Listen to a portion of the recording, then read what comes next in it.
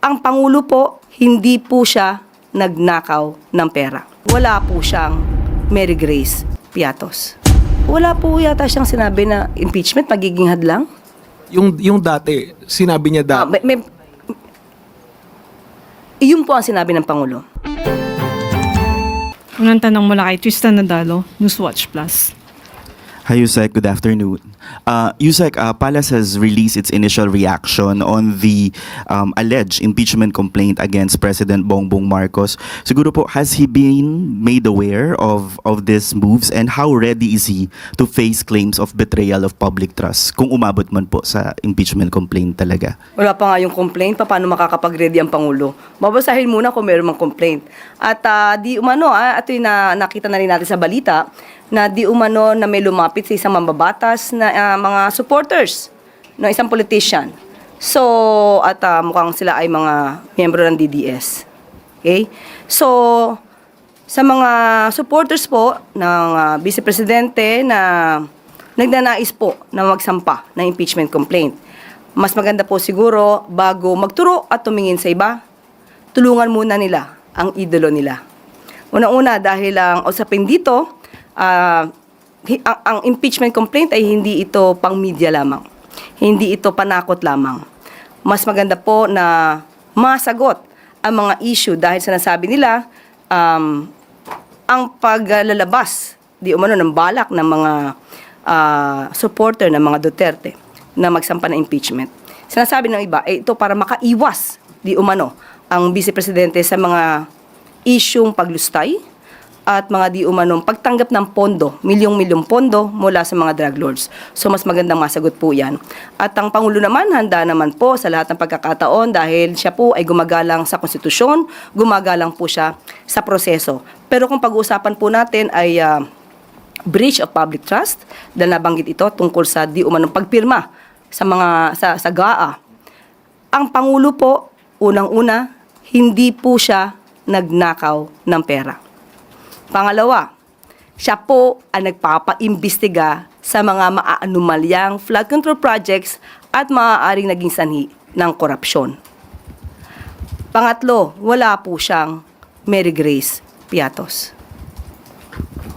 Follow-up lang po. So sa mata po ng palasyo, si Vice President Sara Duterte o ang Duterte family ang nasa likod ng mga usap-usapan para ipa-impeach si Pangulong Marcos? Yan po ang inamin ng isang mambabatas. So sa kanya po galing yung sinasabing DDS po or Duterte supporter ang nais maghain ng impeachment complaint laban sa Pangulo. Ma'am, nung first time na lumabas yung issue ng impeachment against Vice President Sara Duterte, it was clear that the President does not want it to push through. Ganun pa rin po ba ang posisyon ngayon ng Pangulo tungkol naman doon sa bantang impeachment against the Vice President? Noong nakaraang linggo po ay nakausap natin mismo ang Pangulo at tinanong natin dyan. Dahil sinabi po natin, tinatanong na po ng MPC kung anong inyong magiging reaksyon sa mga nababalitang magsasampa ng impeachment complaint laban kay sa Vice Presidente.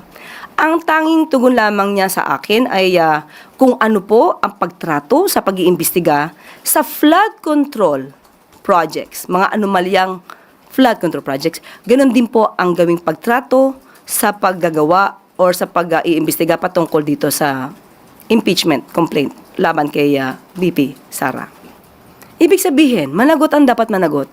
Ano po ba ang laging sinasabi patungkol sa mga maanumalyang flood control projects?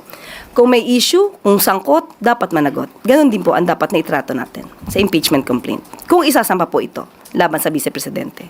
So, balikan ko rin din yung tanong, may explicit po bang pahayag ang Pangulo kung kanyang susuportahan o mananatili siya sa kanyang stance na magiging hadlang ang impeachment sa pagpasa ng priority bills ng Kongreso? Wala po yata siyang sinabi na impeachment magiging hadlang. Yung dati, sinabi niya Iyon po ang sinabi ng Pangulo. We can read between the lines. Dapat nating itrato ang impeachment complaint kung maisasampa katulad ng pantrato sa masinsinan at malawakang pag-iimbestiga sa mga anomalyang flood control projects. So it's accurate to say that the President will not stop the filing of another impeachment against the Vice President? Igagalang niya po ang proseso. Kung ang prosesong yan ay dapat masampa ayon sa mga ebidensya, igagalang po ng Pangulo ang proseso. Balikan ko lang po yung impeachment against the Vice President. Ang sinasabi po ng Presidente ngayon ay managot ang dapat managot, as you said. I think we can safely say na ito po ay departure from his statement during the first impeachment complaint na sinabi niya hindi ito makakatulong sa ordinaryong Pilipino. Yan po ang posisyon na dati and he expressed opposition to the impeachment process. But it went on anyway dahil nga po proseso daw yon. What changed, ma'am, between the first impeachment complaint and the possible refiling of that same complaint? Kung ang Pangulo po ngayon ay nagsasabi na ang lahat ng sangkot ay dapat managot, wala naman po sigurong exemption. Kung may mga pagkakasala na gawa, dapat din po managot. Lahat dapat managot. Pero nung una po kasi sinasabi niya, hindi yan makakatulong sa ordinaryong Pilipino. Hindi pa siguro nakikita kung gaano kalawak ang maaaring naging issue noon. Yan ang ating Bravo Balita. Salamat sa panonood. Follow at subscribe at like na po kayo sa aming Facebook, YouTube at TikTok channel.